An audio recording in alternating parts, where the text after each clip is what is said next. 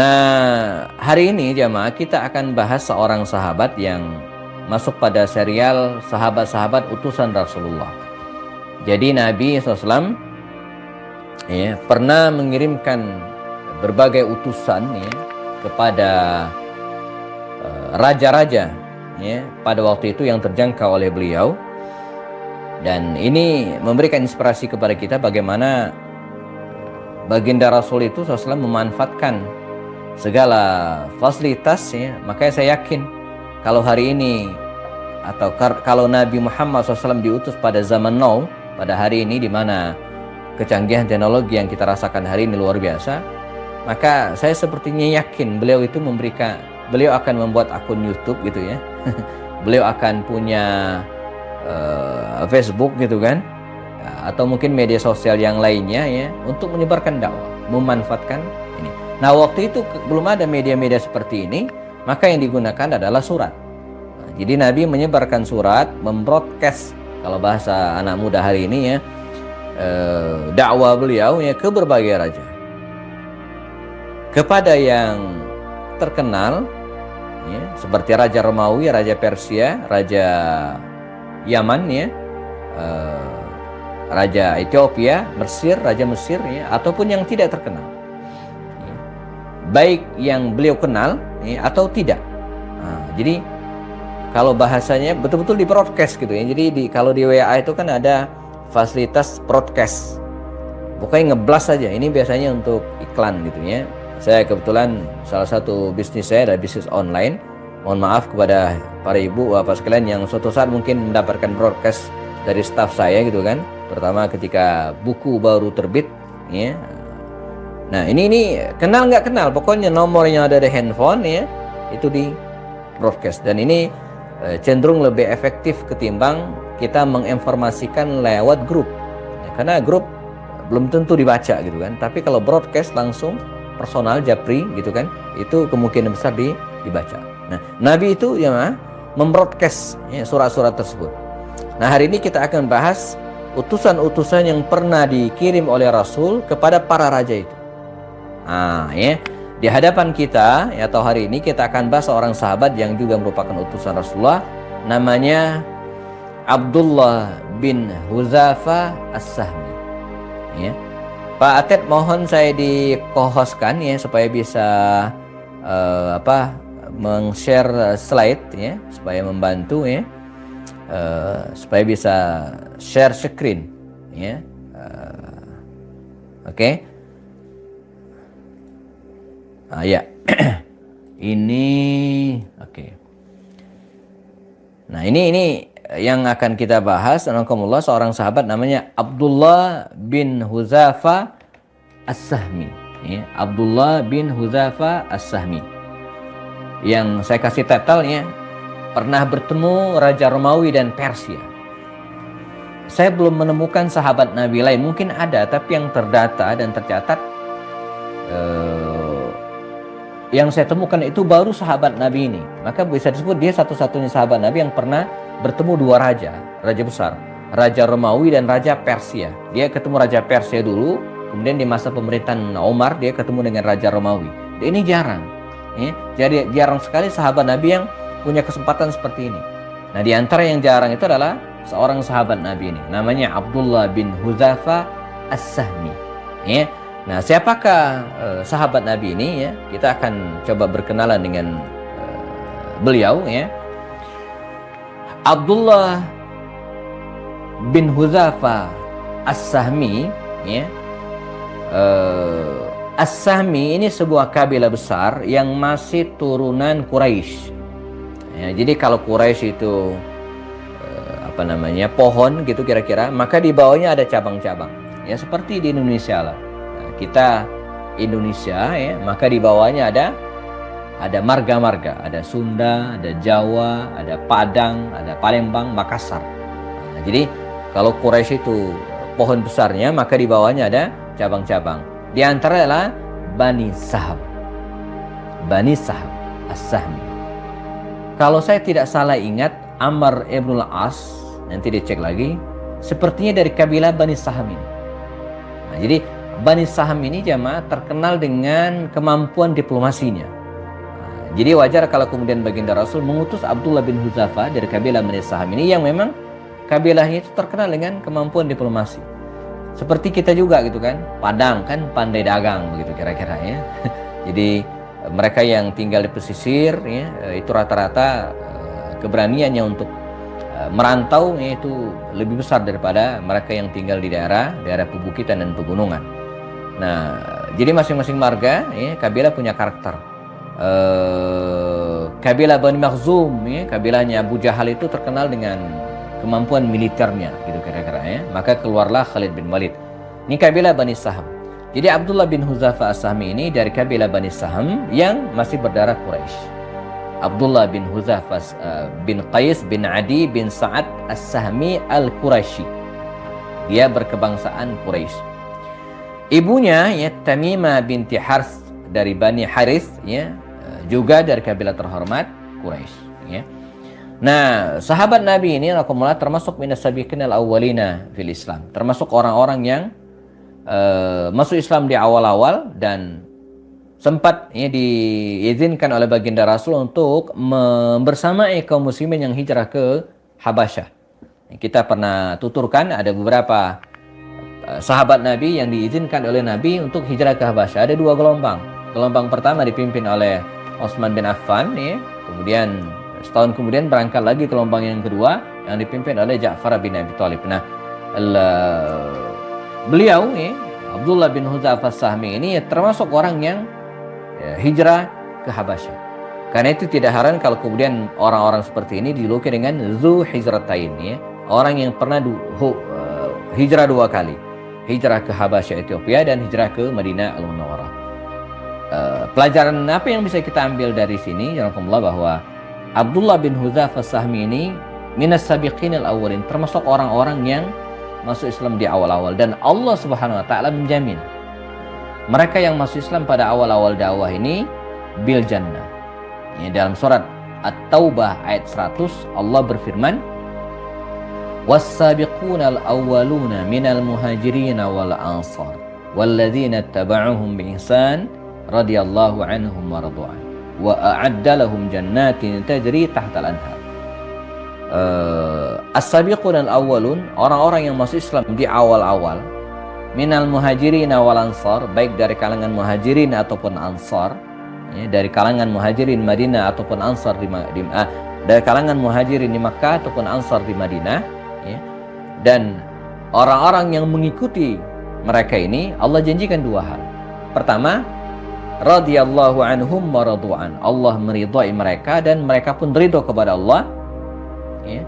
Wa a'adda lahum jannatin tajri tahtal anhar, dan Allah pun menjanjikan kepada mereka surga yang mengalir di bawahnya sungai-sungai. Nah, karena itu sepakat para ulama, mereka yang masuk Islam di awal-awal dakwah dan di antara adalah Abdullah bin Huzafa As-Sahmi ini ya, min ahlil jannah. Ada bahkan yang namanya disebutkan, tapi ada juga yang enggak. Ya, yang disebutkan misalnya khususnya Abu Bakar, Umar, Utsman. Pernah kita bahas ada 10 sahabat dijamin surga dan ada teksnya. Abu Bakar fil jannah, Umar fil jannah, Utsman fil jannah, Ali fil jannah, Thalha fil jannah. Jadi ada 10 sahabat dan mereka ini dikenal dengan al-mubasysyaruna bil jannah. Al-asyara al-mubasysyaruna bil jannah, 10 sahabat yang jamin surga ya. Saya kemungkinan insyaallah bulan Februari ya, akan melaunching bukunya mengenal 101 sahabat Nabi. Ya, ini cetak ulang sebenarnya dan sedang dalam tahap finishing hari ini. Mungkin pekan-pekan depan segera akan layout dan awal Februari akan cetak insyaallah. Mohon doanya ya. Beliau hijrah ke Madinah Al-Munawwarah dan para ulama berbeda pendapat nih, apakah dia pernah ikut perang Badar atau tidak. Ya, walaupun di awal-awal masuk Islam, tapi ada beberapa orang sahabat Nabi yang tidak sempat ikut perang Badar. Karena perang Badar ini kan awalnya bukan untuk perang. Ya, untuk pencegat kafilah dagang Quraisy ya, sehingga tidak semua sahabat Nabi berkesempatan untuk ikut. Hanya 313 orang. Ya. Nah, jadi bisa jadi Abdullah bin Huzafa As-Sahmi ini tidak termasuk di antara mereka. Tetapi pada peristiwa-peristiwa besar berikutnya perang Uhud, Khandaq, Hudaybiyah, kemudian apa lagi ya, Khaybar, Mu'tah, dan sampai kemudian perang Tabuk, ya, sampai kemudian perang Tabuk dia tidak pernah absen. Nah, ini juga pelajaran bagi kita. Apa itu? Sertakan diri kita dalam peristiwa-peristiwa bersejarah. Jadi kita jangan hanya jadi penonton, tapi kita juga harus ya, terlibat dalam peristiwa-peristiwa besar tersebut. Jangan sampai peristiwa berlangsung kemudian kita bengong gitu ya. Enggak. Saya suka sampaikan bahwa kalau Anda pengen dapat pahala gitu kan, terlibat, ikut gitu ya. Kalau jadi penonton ya nggak dapat. Ini kayak sebuah permainan. Jadi kalau kita pengen menang ya ikut, tapi kalau jadi penonton ya nggak akan ikut, nggak akan dapat, nggak akan menang. Para pemenang adalah para pemain. Ya. Jadi libatkan diri Anda dalam peristiwa-peristiwa besar, kebaikan-kebaikan, proyek-proyek kebaikan. Ya. Nah, karena itu dia ikut Uhud. Ya, perang Uhud yang terkenal itu, perang Khandaq. Jadi dia nggak absen. Ya, nggak stay at home. Ya, kalau sekarang stay at home malah bagus. Tapi dalam kondisi normal nggak, kita terlibat dalam arti apa? Terlibat dalam proyek-proyek kebaikan. Jadi kalau ada orang yang mengajak, oh ini ada lahan, ini contoh saja ya, kita pengen bebaskan untuk program tahfiz Quran, kita ikut. Ya, ikut bisa jadi nyumbang atau memberikan fasilitas kepada orang lain untuk nyumbang. Nah, saya beberapa waktu ya dengan teman-teman bebaskan 400 meter lahan tanah 412, dan alhamdulillah saya paling nyumbangnya 1 juta doang gitu kan, tapi saya ajak teman-teman lain dan akhirnya terkumpul uang 300 juta. Nah, belakangan ya bahkan masih berlangsung sekarang ya, membebaskan gedung ya lagi-lagi untuk pengembangan tahfiz Quran sama, dan alhamdulillah ya, kemarin ada yang sampai infak ya 250 juta. Jadi kalau personally, kalau pribadi mungkin menginfak sebesar itu sulit, tapi ketika kita memfasilitasi orang ya untuk berbuat kebaikan, ini juga merupakan kebaikan ya. Oke, baik. Nah, ini poinnya. Nakumullah, kita masuk ke tema utama kita. Perang Badar terjadi, perang Uhud berlangsung, perang Khandaq. Pada tahun ke-6 Hijriah terjadilah perjanjian Hudaybiyah. Bagi para jamaah yang pernah dan sering mengikuti kajian-kajian saya, atau mungkin bisa searching kajian ini di YouTube ya, baik di akun Gerakan Peduli Dakwah atau di akun saya secara pribadi ya, Happy Andi Bastoni Channel. Kita pernah bahas tentang perjanjian Hudaybiyah ini. Di antara isinya adalah siapapun ya pada masa perjanjian ini boleh berkoalisi dengan kaum muslimin atau kafir Quraisy. Itu klausul perjanjian ya, di mana gencatan senjata selama 10 tahun. Nah, peluang emas ini dimanfaatkan dengan sangat baik oleh baginda Rasul ya, untuk mengajak orang berkoalisi dengannya. Ini bahasa politiknya berkoalisi, tapi bahasa dakwanya adalah mengajak orang untuk bergabung dengan kafilah dakwah ini, dengan Islam. Nah, salah satu langkah konkret baginda Rasul adalah mendeklarasikan Islam ke seantero dunia. Maka saya sampaikan tadi, andai Nabi hidup di zaman now, ya, maka beliau akan melaunching, akan mendeklarasikan dakwah itu lewat channel-channel media sosial. Tapi karena waktu itu tidak ada fasilitas seperti ini, maka yang ada adalah ya, dengan cara mengirimkan surat kepada para raja. Dikirimlah ya 8 utusan ya. Nah, di antara utusan itu adalah Abdullah bin Hudzafah Sahmi ya. Kalau yang lainnya ada yang diutus ke Romawi, yang diutus ke mana misalnya Mesir ya. Nah, Abdullah bin Hudzafah Sahmi ini rahimallahu diutus oleh baginda Rasulullah ke Persia. Kita mengenal ya, ini Persia itu termasuk satu di antara 2 kerajaan besar pada waktu itu ya, Romawi dan Persia. Nah, Abdullah bin Hudzafah Sahmi ini diutus ke Raja Persia ya, Abrewis di daerah Madain. Madain itu terletak di daerah Iran hari ini ya. Ada riwayat mengatakan perjalanan dari Madinah menuju ke Madain ini jamaah itu ditempuh lebih dari sebulan, bahkan ada mengatakan riwayat 2 bulan. Jadi kita bayangin seorang diri Abdullah bin Hudzafah ini berangkat dari Madinah ya menuju ke Madain, pusat ya, kekuasaan Persia Sebagai tambahan bahwa Rasulullah itu pernah berdoa ya, agar mereka ya bisa menaklukkan Madain ini ya, agar bisa menaklukkan Madain dalam perang Khandaq itu, kata Rasulullah SAW ya, kita akan menaklukkan Syam, kata Rasul, ini simbol Romawi, kemudian akan menaklukkan Madain dan akan menaklukkan Yaman. Nah, ini nubuat dari Rasul sallallahu alaihi wasallam. Maka diutuslah Abdullah bin Hudzafah As-Sahmi ini membawa surat Rasulullah SAW, dan risikonya sangat-sangat tinggi ya, bisa kembali dan bisa tidak. Perjalanan yang panjang, berbahaya, seorang diri bisa dirampok dan dibunuh, seorang diri bisa dimangsa binatang buas, bahkan ketika sampai di lokasi tidak mustahil dia akan dibunuh gitu kan oleh raja yang mereka temui. Nah, Abdullah bin Hudzafah As-Sahmi ini mengambil risiko itu, menerima perintah dari Rasulullah SAW, dan berangkatlah beliau ke Persia. Nah, singkat cerita, tibalah dia di kota Madain dan menghadap raja Persia pada waktu itu, Abrawiz namanya, dan dia tidak bisa berbahasa Arab, dan surat baginda Rasul itu ya, dengan bahasa Arab, dan diserahkanlah surat ini kepada raja Persia, oleh raja Persia, diserahkan kepada stafnya yang bisa berbahasa Arab, dan kemudian dibacakan ya, kemudian dibacakan isinya ini: Bismillahirrahmanirrahim. Min Muhammadin Rasulillah ila Kisra azimi Faris ya. Begitu paragraf pertama surat ini dibaca ya, Bismillahirrahmanirrahim, min Muhammadin Rasulillah, dari Muhammad Rasulullah. Persia waktu itu merupakan kerajaan yang sangat besar di samping kerajaan Romawi ya. Dan dia tidak kenal dengan orang yang namanya Muhammad SAW. Bahkan bayangan dia adalah ini orang anak gurun gitu ya, padang pasir Mekah yang tidak punya kedudukan dan wibawa apa-apa.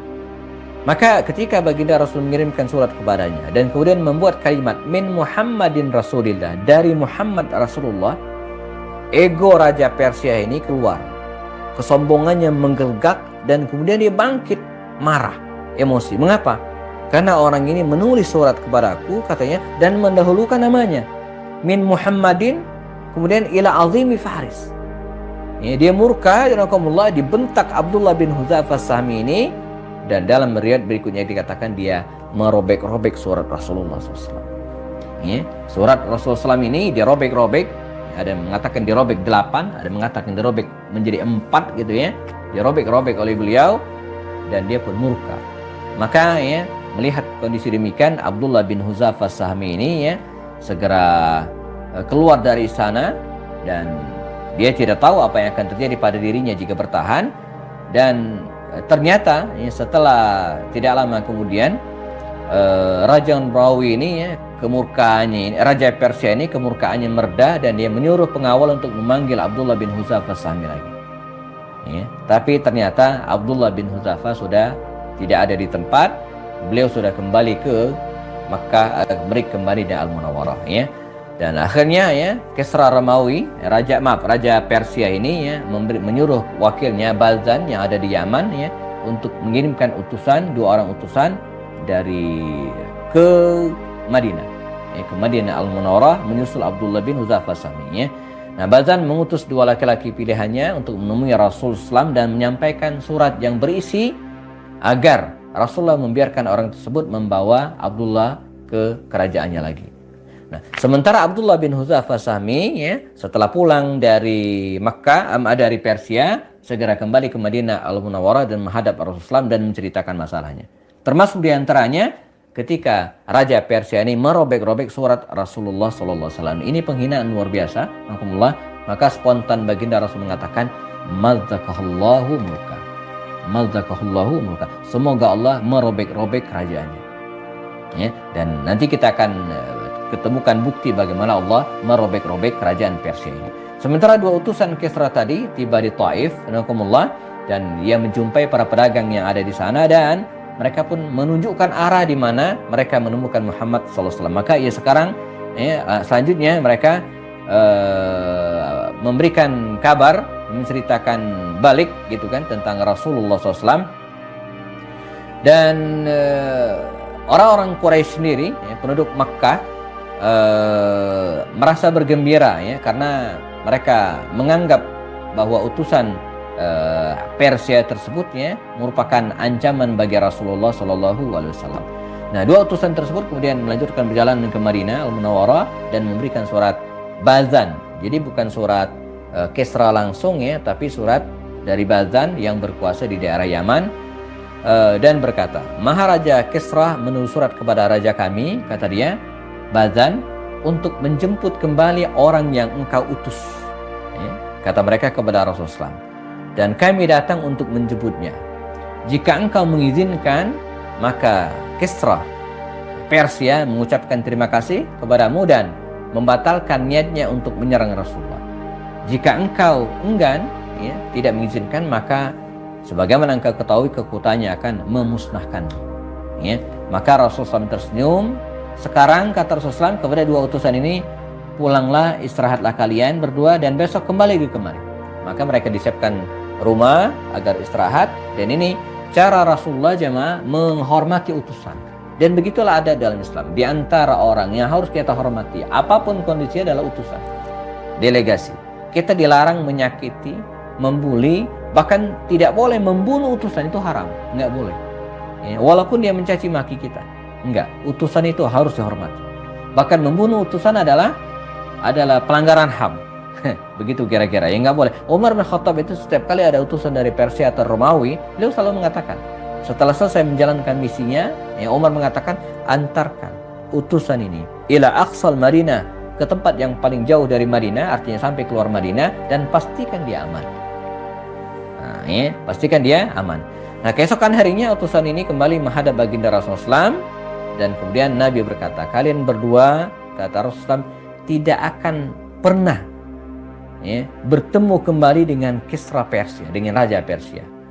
Allah akan membunuhnya. Disebutkan oleh Rasul pada malam ini, bulan ini, dan dijelaskan dengan detail oleh Rasulullah. Ya, anaknya Syirawi yang akan memberontak dan akan membunuhnya. Ini ucapan Rasulullah ya. Dan kedua utusan ini menghadap baginda Rasulullah dengan wajah yang sangat heran, dan kemudian mereka mengatakan, ya Muhammad, apa engkau sadar dengan apa yang engkau ucapkan? Dan kami akan mengadukan kepadamu, kata dia, tentang ucapan engkau ini kepada penguasa kami Bazan di daerah Yaman. Bazan ini penguasa Yaman yang merupakan perpanjangan tangan dari Persia ya. Rasulullah mengatakan, silakan katakan kepadanya, dan agamaku akan sampai tersebar sampai di kerajaan Persia, kata Rasulullah. Dan engkau, jika engkau masuk Islam, akan menjadikan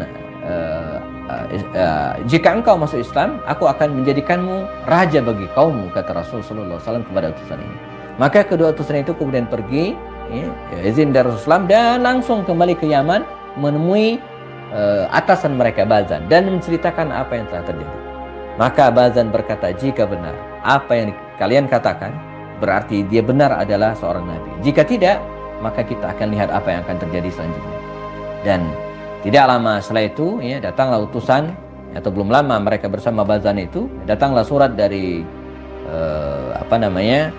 dari Persia yang dikirim oleh Syirawi ya. Ini adalah keluarga, ada mengatakan anak dari Raja Persia Ebrewis tadi ya.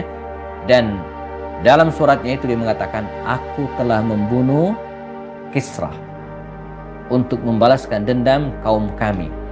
Ia telah membunuh orang yang kami muliakan, menawan para wanita, dan merampas harta-harta. Jika surat ini datang ke tanganmu, maka aku sekarang adalah raja kalian. Setelah membaca surat tersebut ya, Bazan membuangnya dan kemudian menyatakan diri masuk Islam. Mengapa? Ya, karena nubuat baginda Rasulullah SAW menemukan kenyataan ya. Jadi ini luar biasa, dan Nabi mengatakan bahwa mazzaqahullahu mulka, Allah telah merobek-robek kerajaannya, dan betul, pelan tapi pasti setelah itu kekuasaan Persia ini terus melorot, dilanda konflik internal yang berkepanjangan, dan puncaknya pada tahun 14 Hijriah ya, masuk tahun ke-15 Hijriah, terjadilah perang antara kaum muslimin dengan kerajaan Persia ini yang dikenal dengan perang Qadisiyah yang dipimpin oleh Sa'ad bin Abi Waqqas. Dalam perang yang jumlah kaum muslimin hanya sekitar 41.000 orang, jumlah pasukan Persia tidak kurang dari 250.000 tentara, dipimpin panglima terkenal mereka, Rustum namanya, Panglima Rustum, panglima bermahkota gitu kan. 3 hari mereka berperang dan atas izin Allah kaum muslimin bisa meluluh lantakkan pasukan Persia. Ribuan di antara mereka tewas, sebagian kemudian ditawan. Nah, di antara tawannya itu ada namanya Abu Lu'lu' al-Fairuz yang belakangan menjadi tokoh yang membunuh Sayyidina Umar bin Khattab radhiyallahu anhu pada tahun 23 Hijriah. Ya.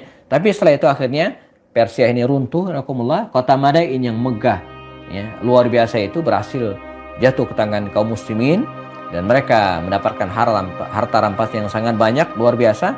Dan di antara harta rampasan itu ada selengkap pakaian Persia, kostum Raja Persia yang kemudian dibawa ke Madinah Al-Munawwarah dan dipakai oleh Suraqah bin Malik Al-Mudliji, seorang laki-laki tua yang dulu pernah ingin membunuh Rasulullah dalam peristiwa hijrah, tapi dijanjikan oleh Rasul bahwa dia akan mengenakan pakaian kerajaan Persia, dan itulah saat itu.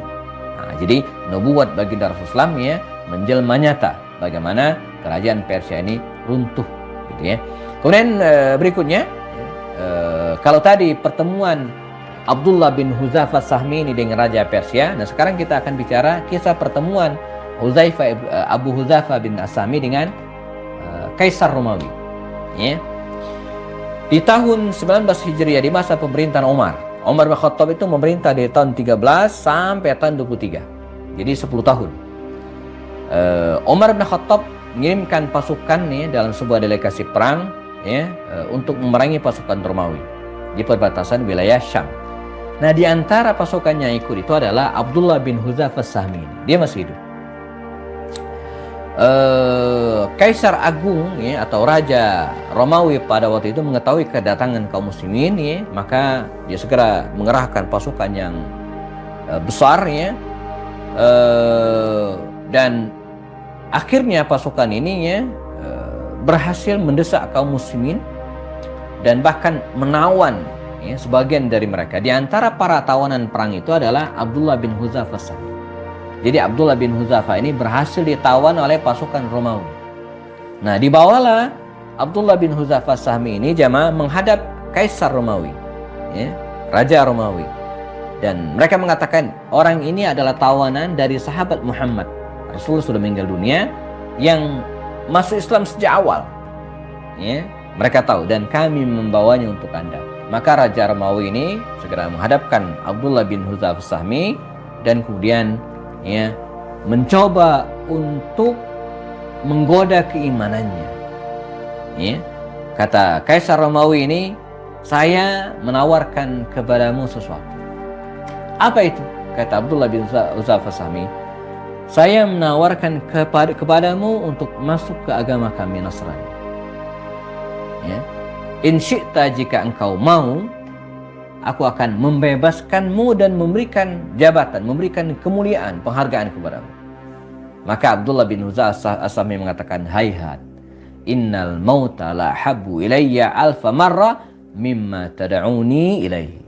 Luar biasa, Hayhat, kalau bahasa hari ini sorry atau nauzubillah, enggak gitu, hayhat, innal mauta, sungguhnya kematian, la habbu ilayya, sungguh lebih aku cintai, lebih aku sukai, alfa marrah, 1000 kali, mimma tad'uni ilaihi, daripada apa yang kalian tawarkan, yang kalian ajak kepadaku. Jadi ini kita bicara tentang keteguhan memegang prinsip, jamaahkumullah, dan kita tidak bisa bicara tentang keteguhan memegang prinsip ini kecuali telah mengalaminya sendiri. Jadi dan para sahabat, Abdullah bin Huzaifah Sahmi mengalami hal ini. Kata Kaisar lagi, tetapi aku melihatmu sebagai seorang laki-laki yang ksatria. Jika engkau mengabulkan tawaranku, aku akan membagimu kerajaanku dan menjadikanmu sebagai pemimpin. Jadi pimpinan dia salah satu wilayah barangkali di daerah Romawi. Abdullah bin Huzaifah Sahmi tersenyum. Wallahi, lau a'taitani jami'a ma tamlik. Ya. Wallahi demi Allah, lau a'taitani, andai engkau memberikan kepadaku jami'a ma tamlik, semua yang kau miliki, wa jami'a ma malakatul arabu ala an arji'a an dini Muhammadin tarfata 'ainin ma fa'alt. Demi Allah, andai engkau memberikan kepadaku apa yang kau miliki, dan bahkan apa yang dimiliki oleh bangsa Arab seluruhnya, dengan syarat saya kembali ya, atau murtad dari agamanya Muhammad SAW, tarfata ain, sekejap mata pun, sebentar saja, manfaat, saya tidak akan melakukannya. Nah, ini sebuah prinsip yang luar biasa jangan kumula, dan semoga ya kita tidak berharap mendapatkan ujian seperti ini, karena kita belum tentu sanggup untuk menghadapinya, gitu kan? Belum tentu sanggup untuk menghadapinya. Tetapi Abdullah bin Hudzafah dengan lantang mengatakannya. Ya. Kemudian raja itu mengatakan lagi, aku akan membunuhmu. Nah, maka ujian itu jamaah ada dua ya. Mihna, ujian itu ada ujian yang syadid, keras, ya, disiksa, dibunuh. Tapi pada saat yang sama ada ujian kemewahan. Dua-duanya ujian. Ya. Saya nggak tahu, ya, kita bisa bertahan dari yang mana. Ya, apakah bisa bertahan menghadapi ujian? Ada orang yang ketika diuji dengan kemiskinan, ketika diuji dengan kesulitan hidup, semakin khusyuk sholatnya. Ada orang diuji dengan sakit, semakin rajin tahajudnya. Mengherankan kita, sedang sakit, susah duduk saja susah, rajin tahajud. Sementara ketika dia sehat segar bugar nggak pernah. Ini kan lucu, lucu gitu ya. Tapi sebaliknya, ada orang yang diuji dengan segala kemewahan, semakin rajin sholatnya, jadi bagus. Nah, kita berada dalam posisi mana? Abdullah bin Hudzafah As-Sahmi ini diawali dengan ujian kemewahan, dijanjikan berbagai fasilitas dan kemuliaan, tapi dia bisa bertahan. Ya. Dan aku akan membunuhmu. Nah, sebaliknya, ini ujian berikutnya. Silakan kerjakan apa yang kau mau, kata Abdullah bin Hudzafah As-Sahmi. Nah, kita akan lihat kisah berikutnya, apa yang kemudian terjadi. Lalu Kaisar Romawi ini menyuruh pengawalnya untuk menyalib, dibentangkan tangannya, ya, kemudian akan disalib, dan berkata kepada Al-Ghadiyanya, panahlah dari dekat, mulai dari tangannya. Maka Raja Romawi itu dalam kondisi disiapkan disalib, ya, dan kemudian kembali ditawarkan untuk memeluk agama Nasrani. Tapi Abdullah bin Hudzafah tetap bergeming dengan prinsipnya, memegang Islam. Kemudian raja itu mengatakan lagi, panahlah kedua kakinya. Dipanahlah kakinya sambil terus menawarkan kepada Abdullah bin Hudzafah agar meninggalkan agama Rasulullah, tapi dia tetap dengan pendiriannya. Ya. Dan akhirnya raja tersebut berhenti dan kemudian menurunkan tubuh Abdullah bin Hudzafah As-Sahmi ini dari tiang salib, dan memerintahkan untuk mengambil kuali besar. Ya. Ada kuali besar, ini ceritanya mau digoreng gitu ya, dan memasukkan minyak ke dalam kuali tersebut, dan kemudian dipanaskan sampai kemudian mendidih, begitu kira-kira ya. Lalu kemudian kaisar ini menyuruh membawa para tawanan dan melemparkan salah seorang di antara mereka. Bukan Abdullah yang dilempar, tapi tawanan yang lainnya dilempar hingga dagingnya remuk, ya, kemudian hancur meleleh sampai kelihatan tulang-tulangnya dibakar di penggorengan yang sangat besar itu. Dan kemudian kaisar menoleh kepada Abdullah bin Hudzafah As-Sahmi dan kembali menawarkan agar dia keluar dari Islam, masuk agama Nasrani. Kaisar Abdullah bin Hudzafah As-Sahmi tetap pada pendiriannya, dan kaisar ini hampir putus asa ya. Lalu dia memerintahkan untuk melemparkan Abdullah ke dalam kuali yang besar ini detik-detik terakhir gitu kan, yang telah sebelumnya sudah dilemparkan beberapa orang ke dalam kuali tersebut. Dan ketika akan dilemparkan, ini ceritanya, ini luar biasa. Ketika akan tubuh Abdullah bin Hudzafah ini dilemparkan, Abdullah bin Hudzafah As-Sahmi menangis. Ya. Para pengawal memberitahu Raja Romawi dari dekat bahwa Abdullah ini menangis. Kemudian kata Raja Romawi ini, coba dekatkan dia kepadaku.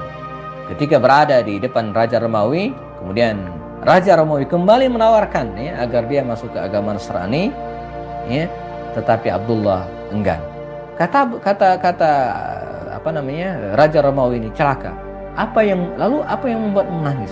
Jadi dikira Abdullah bin Hudzafah ini menangis ini karena dia menyesal dan pengen masuk agama Nasrani dan keluar dari Islam. Ternyata tidak. Abdullah berkata, iya, yang membuatku menangis adalah bahwa aku berkata kepada diriku, sekarang engkau dilemparkan ke kuali ini dan engkau pun mati. Sedang aku ingin sekali memiliki nyawa yang banyak bagi jasadku sehingga semuanya dilemparkan ke dalam kuali. Jadi ringkasnya begini. Jadi dia itu menangis karena hanya punya jiwa satu yang dilemparkan ke dalam kuali besar. Nah, dia pengen punya jiwa-jiwa yang banyak dan semuanya dilemparkan ke dalam api tersebut untuk pertahankan agamanya. Ini yang membuat kaisar ini kaget luar biasa, dan akhirnya dia mengatakan, ini tawaran terakhir, halaka an tuqabbila ra'si wa ukhalli anka. Ya, ini tawaran yang menarik. Halaka, maukah engkau an tuqabbila ra'si, mencium keningku, kepalaku, wa ukhalli anka, dan setelah itu engkau saya lepaskan. Nah, kata Abdullah bin Huzafa, ya, saya mau. Tapi dengan syarat, yang dilepaskan bukan hanya saya, ya, tetapi seluruh tawanan kaum muslimin. Ya, kata kaisar ini, semua tawanan kaum muslimin. Maka singkat cerita,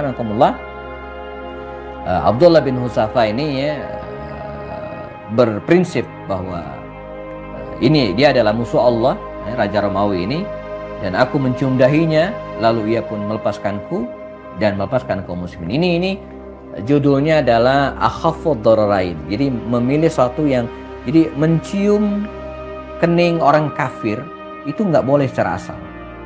Ya, artinya bagian dari pengakuan terhadap akidah mereka. Ya. Tapi ada tawaran yang lebih besar, terbebasnya tawanan perang, seluruh tawanan perang. Maka dia berjihad untuk memilih mudarat yang lebih kecil.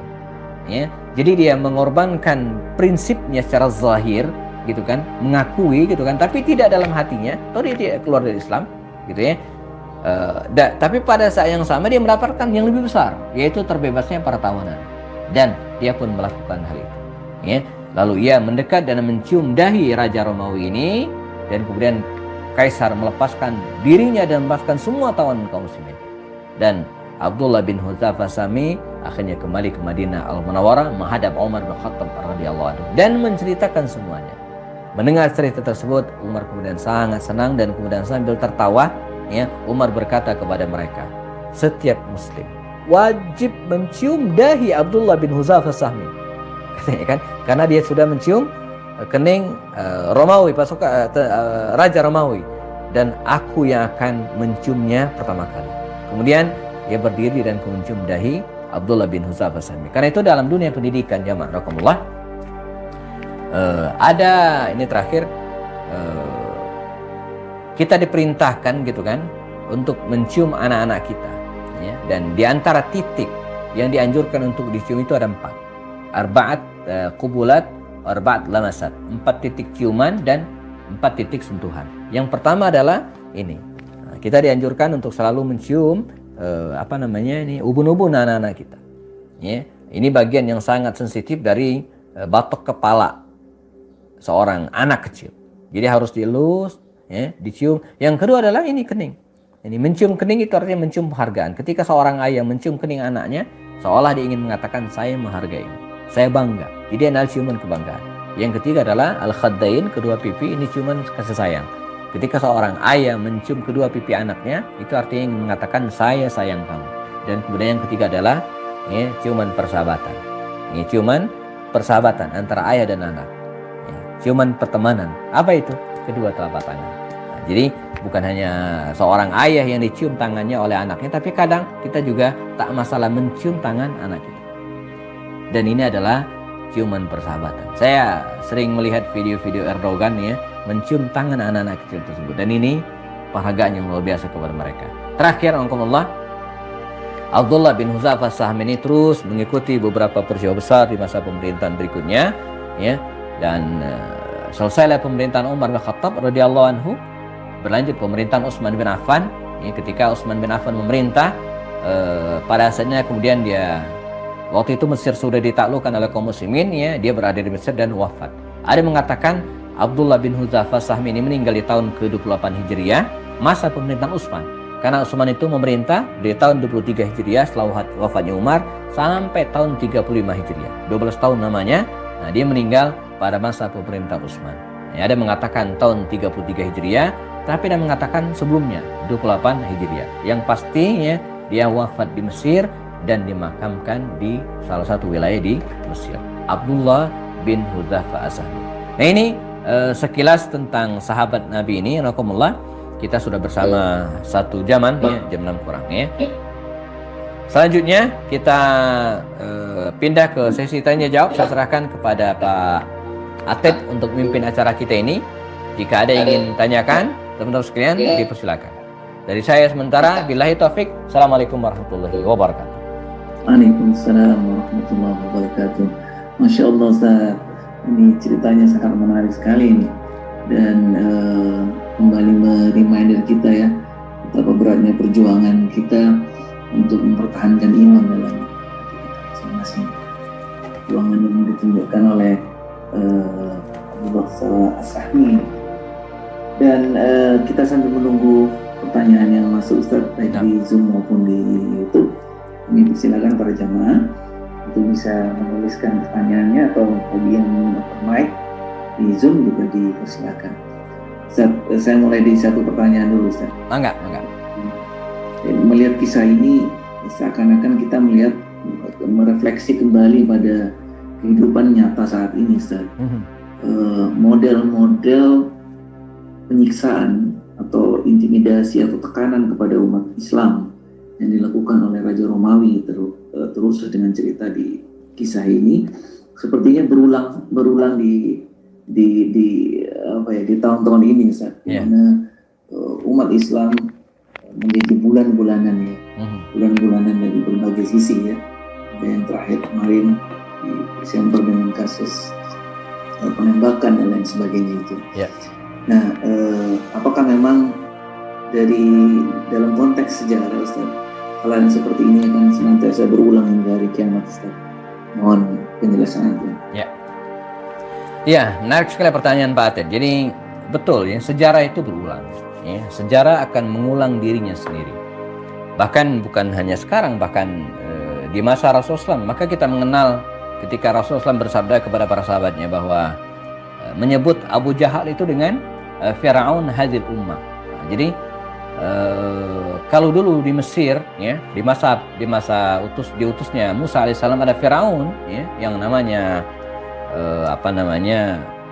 pemimpin Mesir ya, kita kenal Fir'aun, salah seorang gelar di Raja Mesir. Maka di masa Rasulullah juga ada Fir'aun ya. Sekarang mungkin juga ada Fir'aun gitu kan. Jadi demikian sejarah berulang. Bahkan pada peristiwa Fathu Makkah itu Nabi menyebut sendiri perulangan sejarah itu. Ketika 2000 tahunan perang ya, pada peristiwa Fathu Makkah ya, dan kemudian Nabi mengatakan, kata Rasul apa? Saya akan mengatakan apa yang dikatakan oleh Yusuf. Jadi kisah Yusuf ya, kisah Nabi Yusuf yang pernah terjadi itu berulang kembali, kasusnya mirip gitu kan, bahkan hampir sama ya dengan kisah Rasulullah SAW. Kalau dulu Yusuf itu diusir oleh saudara-saudaranya, dicemplungkan ke dalam sumur, sampai kemudian Allah menyelamatkannya dan menjadi salah satu pejabat di Mesir. Nah, Rasul juga demikian. Rasulullah diusir dari Mekah, lalu kemudian hijrah ke Madinah dan selamat, sampai akhirnya sejarah berulang ya. Kalau Musa bertemu dengan saudara-saudara yang dulu pernah membulinya, membuangnya, nah hari itu Nabi juga bertemu dengan orang-orang yang pernah membulinya, membuangnya dan mengusirnya. Jadi sama ya, peristiwanya ya, mirip. Maka kata Nabi, saya akan mengatakan apa yang pernah disampaikan oleh Yusuf kepada kaumnya, kepada keluarganya yang mengusirnya. Nah, saya akan mengatakan itu. Jadi sama, berulang. Jadi sejarah itu betul-betul berulang. Hanya mungkin pemainnya yang berubah ya, tapi kisahnya sama. Maka disitulah pentingnya kita belajar sejarah.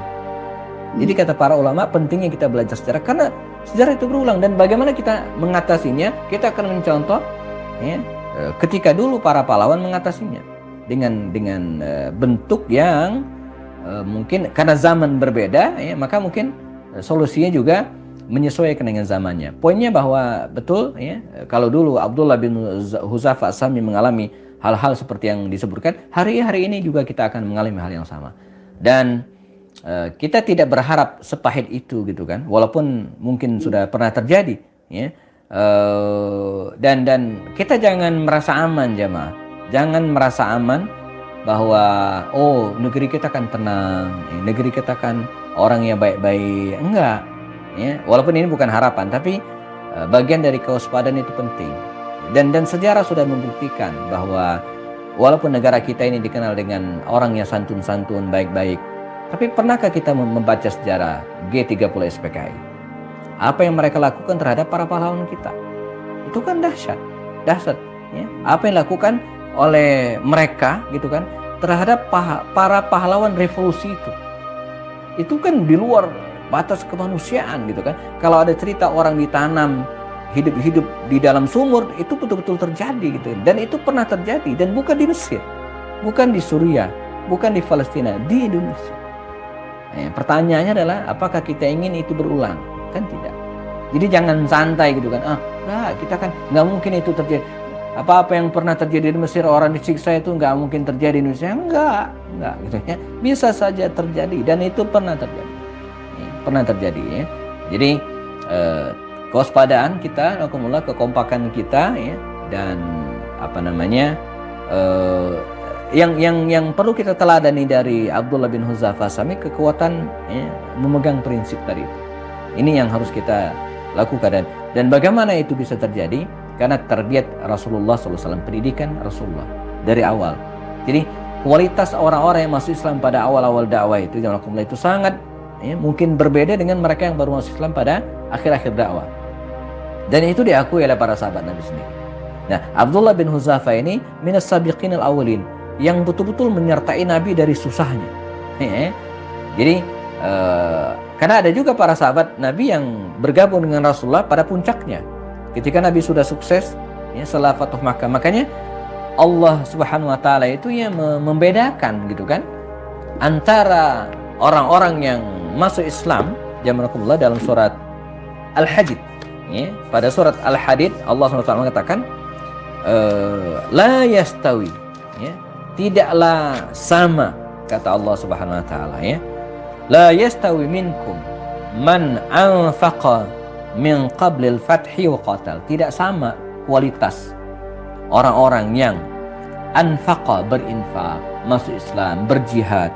Ini kalau boleh ditafsirkan dengan yang lebih detail, min qablil fathi, sebelum Fathu Makkah, wa qatal, dan berjihad. Beda. Ya. Ulaika a'zamu darajatan minal ladina anfaqu min ba'du wa qatalu. Orang-orang yang masuk Islam sebelum Fathu Makkah, termasuk Abdullah bin Hudzafah Sahmi ini, kata Allah SWT, a'zamu darajatan, lebih mulia derajatnya ya, minal ladzina anfaqu min ba'du wa qatalu, daripada orang yang masuk Islam setelah Fathu Makkah dan berinfak setelahnya. Jadi beda. Walaupun wa kullan wa'adallahu husna, walaupun dua-duanya dijanjikan surga, tapi dengan kualitas yang berbeda. Itulah keutamaan sabiqunal awwalun. Ya. Jadi begitu kira-kira Pak Atid. Wallahu a'lam. Itu mengingatkan kita juga bersama-sama tentang kualitas pendidikan Islam pada anak kita ya. Persis. Bagaimana menyiapkan mereka untuk benar-benar menjadi generasi-generasi yang akan memegang teguh iman dalam dirinya gitu. Iya. Akhir hayatnya apapun yang terjadi. Iya.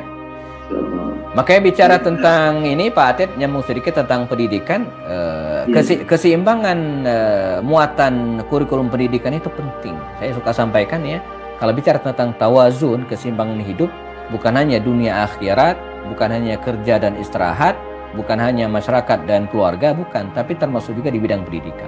Jadi keseimbangan antara muatan pendidikan yang sifatnya akademis umum gitu kan, dengan muatan yang sifatnya spiritual ya, agama, itu juga harus seimbang ya.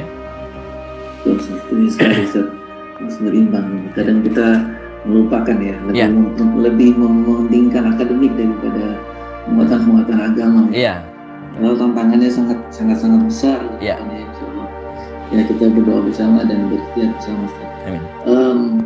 Baik, ini belum ada pertanyaan yang masuk di YouTube, walaupun alhamdulillah banyak jemaah yang menyimak kegiatan kajian kita pada pagi hari ini, Ustaz, baik di YouTube maupun di Zoom. Pak Anas sepertinya open mic ini. Silakan Pak Anas. Mangga. Assalamualaikum warahmatullahi wabarakatuh, Ustaz. Waalaikumsalam warahmatullahi Pak Anas. Tadi agak telat dari masjidnya. Silakan. So, ya saya sedikit ini aja, Ustaz. Ya. Ya kalau kita membaca Al-Quran biasanya memang dinyatakan bahwa sejarah itu selalu diulang-ulang dan diceritakan itu sebagai suatu bentuk pembelajaran yang kita dan masalahnya kalau di dalam kita setiap rasul itu kan hanya terjadi pada satu kaum, ya kan, misalnya kaum Nabi itu Nabi Idris dan seterusnya itu. Nah itu kan hanya terjadi satu contoh kasus gitu ya. Tapi yang jadi masalah tantangan sekarang ini semua yang disebut di dalam kisah-kisah itu semuanya ada di sini sekarang di zaman kita ini. Artinya dari yang mulai yang tangan dalam menimbang, kemudian yang mulai munafik, kemudian bahkan LGBT dan seterusnya, itu semua ada di dunia kita ini sekarang. Pertanyaan kita adalah dengan kompleksitas seperti itu, kira-kira apa yang mesti kita lakukan, karena nampaknya kalau dulu Rasul aja sudah kewalahan gitu ya, karena manusia ini katanya memang sifatnya itu membangkang pada dasarnya.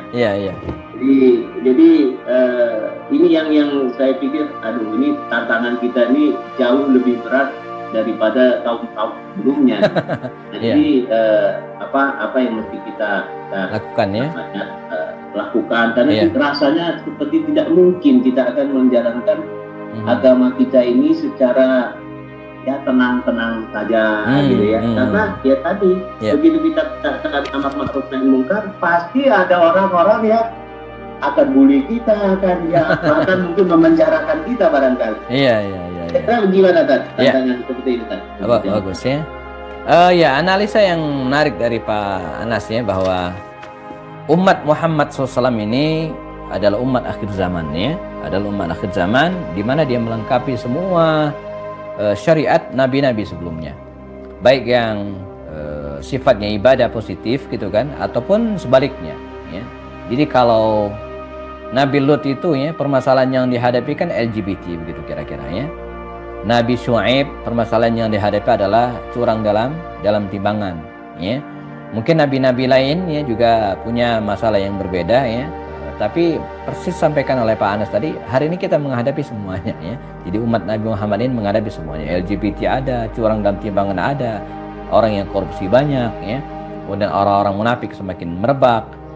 Sehingga wajar kalau kemudian Nabi mengatakan bahwa di akhir zaman nanti ya, mereka yang memegang Islam itu seperti memegang jamrah ya, seperti memegang bara api. Serba salah ya. Memegang buah si malakama gitu ya. Dipegang panas ya, enggak dipegang ya lepas. Mungkin hari ini wallahu alam ya, apakah kita merasakan semua hal seperti ini atau orang-orang tertentu saja. Tapi yang jelas hari ini kita untuk memasang status yang rada-rada berbau kritik saja itu kadang ragu di Facebook ya. Jadi khawatir diciduk, khawatir ditangkap, bahkan ada kekhawatiran diblok misalnya kan. Artinya kita berada dalam kondisi tidak nyaman ya. Jadi kalau hari ini ada mengatakan kita oke-oke saja gitu kan, mungkin dia terlalu banyak di rumah mungkin gitu ya, kurang jalan-jalan gitu ya. Tapi kalau kita lihat keluar, alhamdulillah ya, maka kita akan merasakan kondisi-kondisi tadi itu ya. Kan menjadi tidak nyaman ya, sekedar memasang status di Facebook saja kita khawatir ya. Saya diingatkan oleh teman-teman banyak sekali, ini bukan hati-hati Ustadz ya, status Facebooknya ya. Kenapa? Saya bilang ya nanti diblok ya, diblok mendingan ditutup itu mendingan. Tapi kita punya Ustadz kita, Ustazah Kinkin Anida ya, yang sampai hari sepengetahuan saya belum dibebaskan gitu kan, gara-gara apa? Status Facebook. Gara status Facebook. Ini luar biasa. Ya. Nah, apakah dengan kondisi demikian kita akan mengatakan bahwa kondisi kita baik-baik saja? Ya. dengan hilangnya nyawa 6 orang yang sampai sekarang belum ada kejelasan, ya, pengadilan yang entah bagaimana ceritanya, apakah kita akan mengatakan bahwa kondisi kita baik-baik saja? Ya, apakah dengan kondisi para ulama, ya, yang diintimidasi bahkan secara fisik sebagian, apakah kita akan mengatakan bahwa kondisi kita baik-baik saja? Kan tidak. Karena itu kalau kemudian ditanya apa yang kemudian harus kita lakukan, dan kalau kita mencontoh Rasulullah SAW dalam memperbaiki Madinah, satu yang bisa disimpulkan karena waktu kita nggak banyak, apa itu? Melakukan perbaikan dalam semua lini kehidupan dan tidak secara parsial. Artinya harus disentuh. Ini tidak bisa parsial. Kita nggak cukup dengan dakwah di masjid saja, tidak cukup dengan berkecimpung di dunia politik saja, tidak cukup dengan memperbaiki kondisi umat secara ekonomi saja, enggak. Tapi semua lapisan masyarakat ini, jamaah teman-teman sekalian, ya harus kita sentuh, ya. Maka Nabi kan membangun masjid, artinya kita juga harus memakmurkan masjid, harus merenovasi masjid. Jadi teman-teman yang hari ini masjidnya sudah nggak bagus, maka pikirkan untuk direnovasi secara fisik. Setelah itu kemudian dimakmurkan, ya. Masa pandemi ini entah kapan selesainya, ya. Jangan berharap ya harapan kita segera selesai, tapi kalaupun tidak, kita harus move on, harus gerakkan kembali kegiatan-kegiatan masjid seperti yang teman-teman lakukan di Alami Mi'raj hari ini. Kita tidak bisa offline, kita bisa kajian online, ya. Kita tidak bisa full berjamaah semua, ya. Kita ada physical distancing, ya. Jadi harus masjid. Nabi juga menyentuh wilayah basis sosial, ya. Menyatukan kaum muhajirin ansor, itu juga harus kita lakukan hari ini. Hindari konflik, gitu kan. Kemudian minimalisasi seoptimal mungkin, ya, pertikaian, ya, perbedaan-perbedaan yang nggak penting itu. Jangan lagi kita hari ini kelahi gara-gara kunut, gitu kan, gara-gara zikir jamaah. Itu udah selesai, itu udah diselesaikan oleh para ulama dulu, udah diberesin oleh Imam Syafi'i, udah diselesaikan oleh Imam Abu Hanifah, dalilnya banyak bejibun, gitu kan. Udah beres, kita jangan kelahi lagi. Jadi Nabi juga menyelesaikan masyarakat, membangun basis sosial yang kokoh. Berikutnya Nabi juga membangun ekonomi. Kita juga hari ini kita sokong teman-teman kita yang tidak ada modal, sementara kita punya modal, kita berikan mereka modal, kita fasilitasi mereka untuk membangkitkan ekonomi masyarakat ini dengan baik. Kita mulai belanja ke warung teman kita sendiri, gitu kan. Kita mulai belanja ke produk-produk muslim sendiri, sekecil apapun bisa kita lakukan. Berikutnya apa? Nabi juga menyentuh wilayah politik dengan membuat Piagam Madinah, ya, kesepakatan, kalau boleh disebut hari ini semacam konstitusi. Untuk itu kita perlu juga mengusung orang-orang baik itu ke panggung kekuasaan. Insya Allah kalau orang-orang soleh itu berada di parlemen, DPR, MPR, ya, atau DPRD, maka produk yang keluar itu akan berpihak kepada umat. Kita nggak boleh alergi, ya. Kalau wali kotanya, ya, orang yang soleh, maka tanda tangannya itu akan berbuah kebajikan juga. Dan itu tidak bisa disepelekan, ya. Keputusan seorang wali kota itu tidak bisa dibatalkan oleh 1000 demonstran, nggak bisa. Jadi satu orang wali kota membuat keputusan, walaupun didemo oleh 1000 orang, dia nggak akan goyah. Ya, artinya kekuatan politik itu penting, dan Nabi juga melakukan hal itu. Terakhir, bahkan ini yang belum kita sentuh, ya, Nabi juga membuat pasukan perang, ekspedisi bahkan sebelum perang Badar. Jadi kalau kita lihat Rasulullah SAW itu begitu kompleks, ya, penyelesaian masalahnya itu tidak secara parsial. Nah tentu ya kita punya keterbatasan. Saya misalnya tidak mungkin menggarap semua hal tadi itu. Nah disitulah kita berbagi peran dan saling mendukung. Persis seperti permainan sepak bola. Kan nggak mungkin kita jaga gawang, penyerang juga nggak mungkin. Berbagi tugas. Ya, saya penjaga gawang, maka kita sokong teman-teman yang penyerang. Jangan dibully yang nyerang itu. Kita main sepak bola ini saya ini. Jadi yang nyerang kita bully, kita marahin, ya nggak akan gol gitu kan. Tapi kita harus berikan motivasi. Nah sebaliknya yang menyerang juga, ya jangan membuli yang jaga gawang. Ente nggak kerja, ngapain duduk aja gitu kan, atau berdiri doang. Kita yang lari-lari pontang-panting ngejar bola gitu kan. Ya memang tugasnya jaga gawang gitu kan. Mau gimana lagi? Masa jaga gawang lari-lari juga, jebol gawang gitu kan. Nah, jadi jangan berbagi peran tersebut, jangan saling bully, ya. Hari ini kita jangan ngebully teman-teman kita yang berkecimpung di dunia politik gitu kan. Itu enak amat tuh yang ini. Enggak, ya. Atau membuli ustadz bisanya ngomong doang. Ya emang ustadz kerjanya ngomong gitu ya. Jadi berbagi tugas ya untuk menyelesaikan dan karenanya membuat visi yang sama ya melalui komunikasi dakwah seperti ini itu penting. Jadi kalau kita sudah satu irama ya, ibarat main sepak bola tadi gitu, sudah satu visi, udah tinggal open. Ini lempar bolanya ke sini. Setelah itu diserang, dibalikkan ke kiri, kemudian ke depan, gol. Jadi menyamakan visi. Nah, insya Allah ta'lim seperti ini ya, kalau kita laksanakan, walaupun secara online dan penuh dengan keterbatasan, insya Allah bisa memberikan semacam warna ya terhadap pemikiran kita, penyadaran umat tau'iyah wa tausiyah. Dia memberikan at-tau'iyah ya, penyadaran terhadap umat bahwa kita harus bergerak, ada sesuatu yang harus kita lakukan, yang kita tidak boleh diam gitu kan, dan pada saat yang sama kita saling memberikan tausiah. Wallahu a'lam. Insyaallah. Baik Ustaz, ini kesimpulan yang sebentar, sepertinya ada Bu Ani. Oh. Ya. Bu Ani. Assalamualaikum warahmatullahi wabarakatuh. Waalaikumsalam warahmatullahi wabarakatuh. Bu Ani silakan. Izin Ustadz bertanya tanpa video ya Ustadz. Monggo silakan.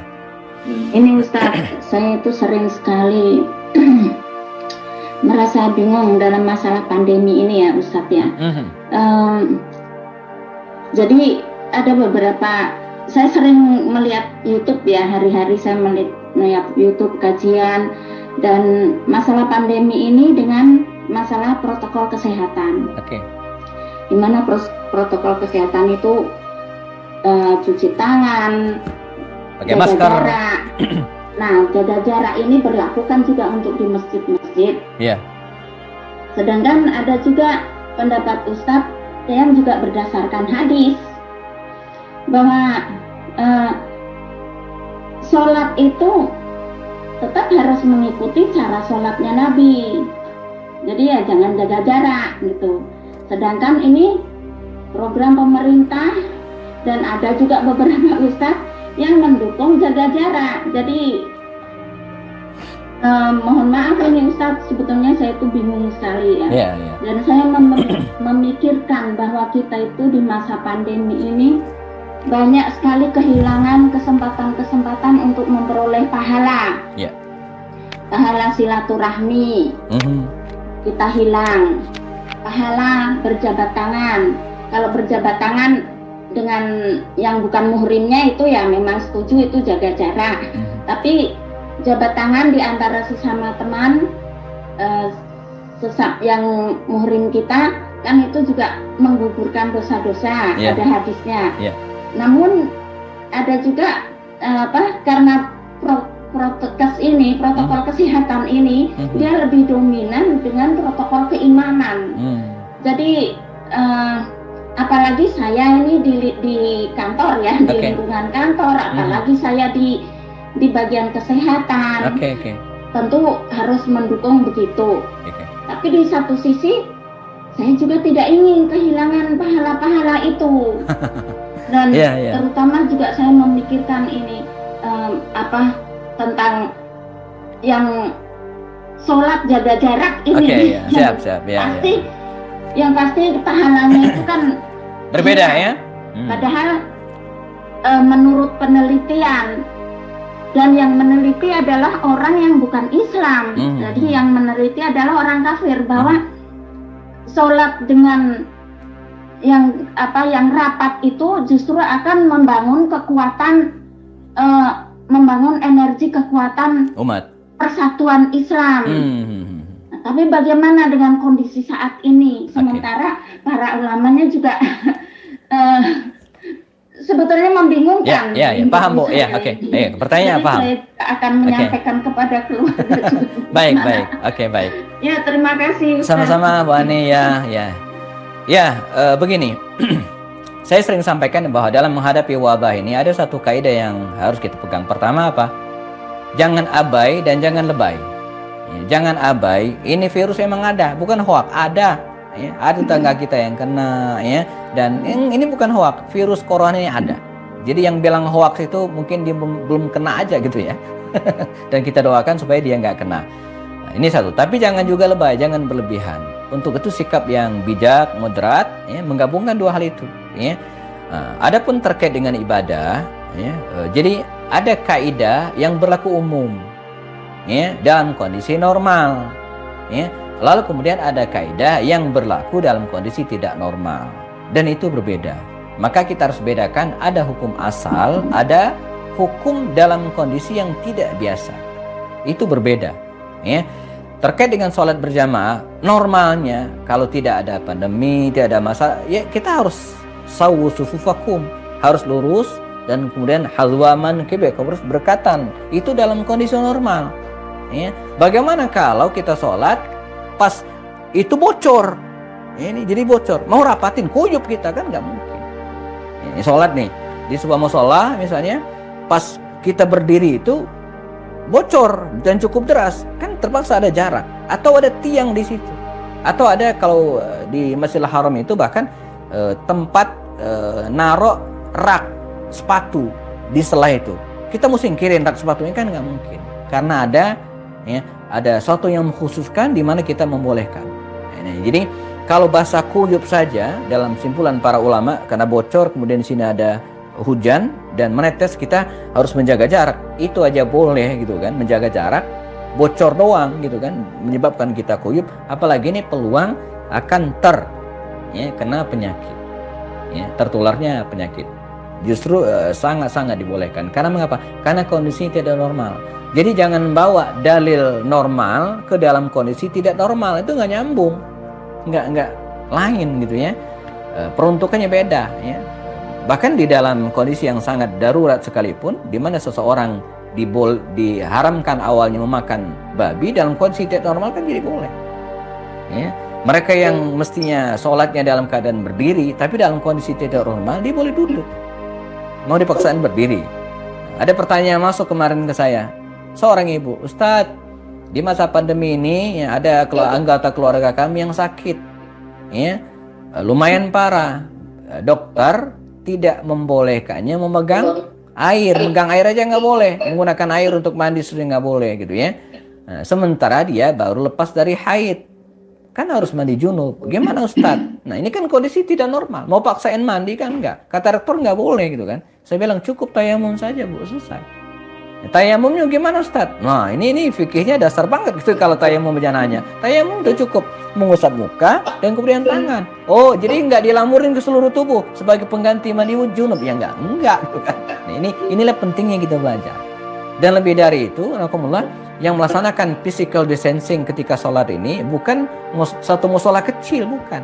Masjid Nabawi, Masjidil Haram melakukan yang sama. Ya, ketika peluang ya, kondisinya tidak memungkinkan. Tapi kalau kondisinya memungkinkan, misal saya kemarin pulang kampung, di kampung saya di Batu Raja, itu di kampung saya itu 0, 0, nggak ada yang kena. Ya kita biasa sholat rapat, karena emang nggak ada masalah. Ya. Tapi kalau kondisinya tidak normal gitu kan, masjidnya di lalu lalang orang, ya, kemudian di situ rame. Kalau teman-teman sekalian tinggal di komplek perumahan yang eksklusif, tertutup, dan di perumahan itu 0, 0 orangnya, laksanakan sholat secara biasa, nggak usah jaga jarak. Ya, tapi kalau masjidnya di lalu lalang orang, pinggir jalan, ya harus jaga jarak. Nah, jadi kita harus lihat kondisi ya di mana kita berada. Kemudian yang kedua apa tadi ya saya ingin sampaikan? Apa tadi Bu Ani ya? Mungkin itu mungkin ya. Jadi ya, artinya ini juga pahala. Nah ya betul ya. Jadi begini, dalam kondisi seperti ini kita tidak kehilangan pahala Bu, kita tidak kehilangan kebaikan, tapi mengganti pahala kebaikan kita itu kita dengan yang lain. Nah, jadi hari ini saatnya kita mengganti ya, ibadah kita dengan ibadah yang lain. Nah, misalnya biasanya hari ini kita misalnya atau contoh dahsyat lah misalnya ketika awal-awal pandemi di mana masjid di close. Nah, kita kehilangan pahala sholat berjamaah di masjid, gitu kan? Nah, kita bisa mengganti dengan pahala yang lain, ya, melaksanakan ibadah di rumah, lalu kemudian membaca Quran lebih banyak, kemudian masa pandemi ini juga mungkin membuka peluang kita untuk berpahala, memberikan bantuan kepada orang lain. Nah, jadi diganti. Nah, jadi jangan hilang ya. Pahala jabat tangan ya, tadi itu ya, mungkin bisa diganti dengan pahala-pahala yang lain. Kita cari pahala yang lain ya, sebagai pengganti itu. Jadi jangan terpaku pada satu pahala, karena Islam itu sangat luas ya. Sangat luas, sangat fleksibel dalam hal-hal tertentu ya.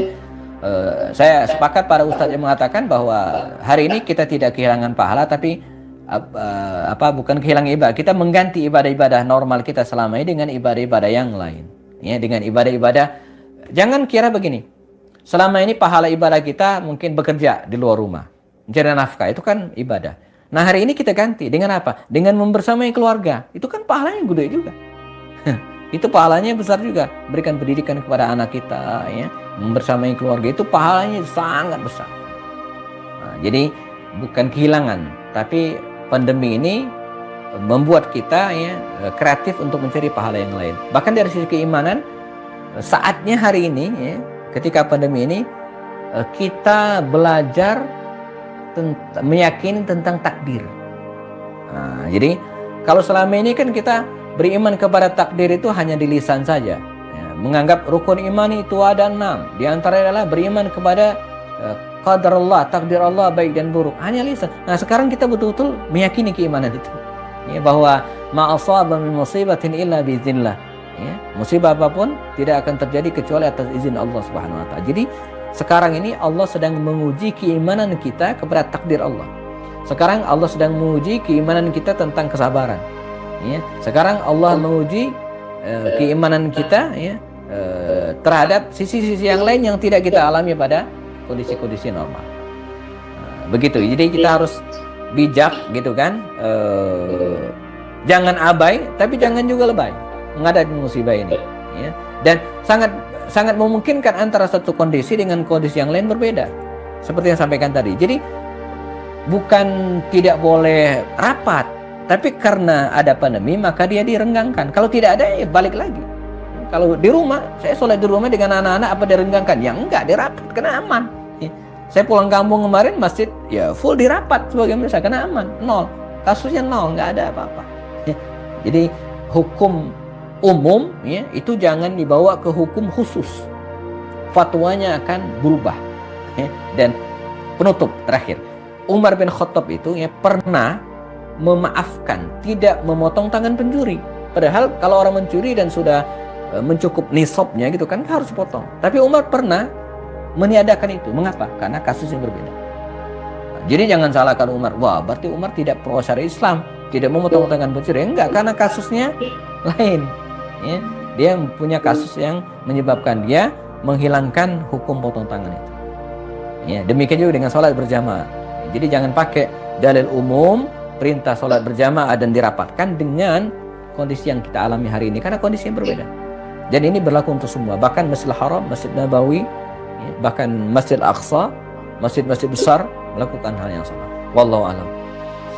Terima kasih Ustaz atas penjelasannya yang insya Allah sudah sangat panjang lebar ya, dan tanpa terasa juga waktu sudah lebih dari jam. Iya. Boleh nambah satu lagi nggak? Ya terakhir silakan. Bu Ani. Masalah OTG ini. Jadi seolah-olah pandemi ini juga menggiring kita kepada selalu bersuuzon, bukan husnuzon. Padahal Allah memerintahkan kita adalah untuk berhusnuzon. Yeah. Artinya dengan OTG, orang tanpa gejala, jadi kita selalu mencurigai setiap orang yang ada di dekat kita. Padahal misalnya kalau misalnya orang kafir bolehlah, tapi kalau kita sesama muslim lantas kita mencurigai, kita bersuuzon, nah itu nah itulah saya bilang bagaimana ini pandemi menggiring kepada suuzon ini. Iya, jadi kalau kita lihat secara kacamata parsial gitu ya, kacamata kuda, mungkin tidak heran kalau ada bilang ini teori konspirasi gitu ya, ingin menjangkau umat dari masjid gitu ya.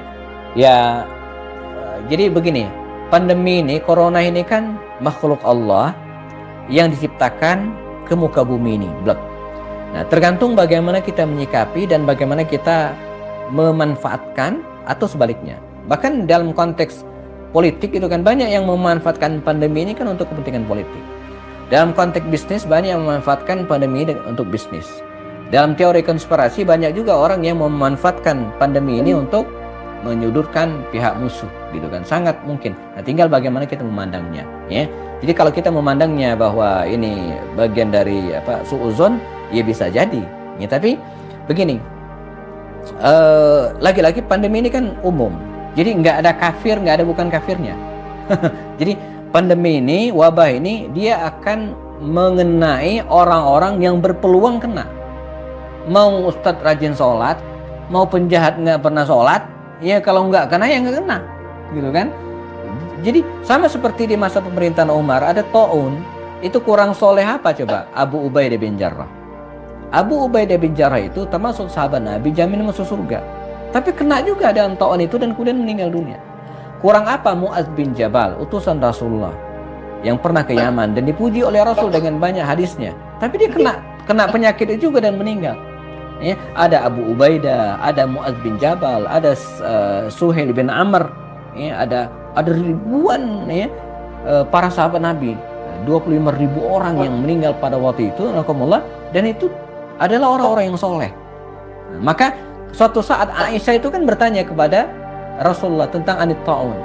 Kata Rasul dalam hadis yang pada penggalan terakhir hadis itu, kata Rasulullah bahwa barang siapa yang menghadapi musibah ini dengan sabiran, dengan sabar, ya, dan menganggap bahwa tidak ada musibah yang terjadi kecuali atas izin Allah, lalu kemudian dia meninggal dunia, ya, dalam keadaan demikian, ya, maka dia akan mendapatkan keajri syahid, meninggal dalam keadaan syahid. Nah, jadi kita harus menyikapi ini. Lalu bagaimana dengan teman kita yang itu bagian dari kewaspadaan tadi, kewaspadaan, ya. Jadi bukan suudzon, walaupun dia muslim, ya, walaupun bukan muslim, jadi kita waspada itu bukan karena dia muslim atau tidak muslim, tapi karena dia berpeluang, ya, menularkan atau tidak, itu saja. Jadi bukan oh dia ini muslim enggak. Oh dia ini kafir kita lebih waspada, ya enggak, gitu kan. Ya. Kalau dia kafir tapi peluang dia, misalnya, mohon maaf, saya kemarin pulang kampung ketemu dengan orang kafir, saya salaman santai aja, mengapa? Urusnya bukan kafir atau tidak kafir, tapi di tempat itu aman, gitu kan. Jadi saya pulang kemarin salaman biasa aja, nggak ada masalah, walaupun dia penjahat, walaupun tukang mabok, gitu kan, na'udzubillah, dia berpeluang tidak kena, bukan OTG, karena nol, kasusnya nol. Nah, jadi sekali lagi ini bukan muslim tidak muslim, bukan kafir atau bukan sholat tidak sholat, gitu kan, tapi corona itu ya. Penyakit virus corona itu akan mengenai orang yang berpeluang, ya, kena. Walaupun dia rajin sholat, tapi keluyuran kemana-mana dan ketemu dengan banyak orang, peluangnya besar dengan izin Allah tentu saja, ya. Nah, jadi bahkan kan Nabi memerintahkan firra minal juzami firaruka minal asad. Waspadalah terhadap penyakit menular, ya, larilah dari penyakit menular sebagaimana kalian menghindar dari singa. Jadi harus seorang Bani Thaqif, ya, dari Taif datang ketemu Rasulullah SAW, seorang pemuda ingin membaiat Rasulullah. Kemudian dibisikkan ketika Rasulullah bahwa orang ini sedang mengidap penyakit menular. Maka ketika dia mengulurkan tangannya, maka Nabi menarik tangannya begini. Ya, kata Rasul, laqad bayya'naka. Tenang, kami sudah membaiatmu. Kami telah menerima keislaman. Jadi Nabi menerima keislaman orang ini tanpa harus berjabat tangan, karena menghindari penyakit menular yang kemungkinan akan ditularkan oleh orang ini.